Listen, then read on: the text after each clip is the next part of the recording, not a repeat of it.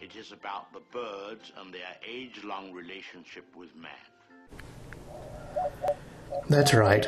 It's time for the great backyard bird count. But we need to be clear on the kinds of birds you'll be counting from the sanctuary of your backyard. We're not talking about domesticated birds. Oh no. The birds you want to count are the wild birds, the ones which flap and flit about from tree to bush to telephone wire. The ones which congregate on schoolyards to the delight of children and their teachers.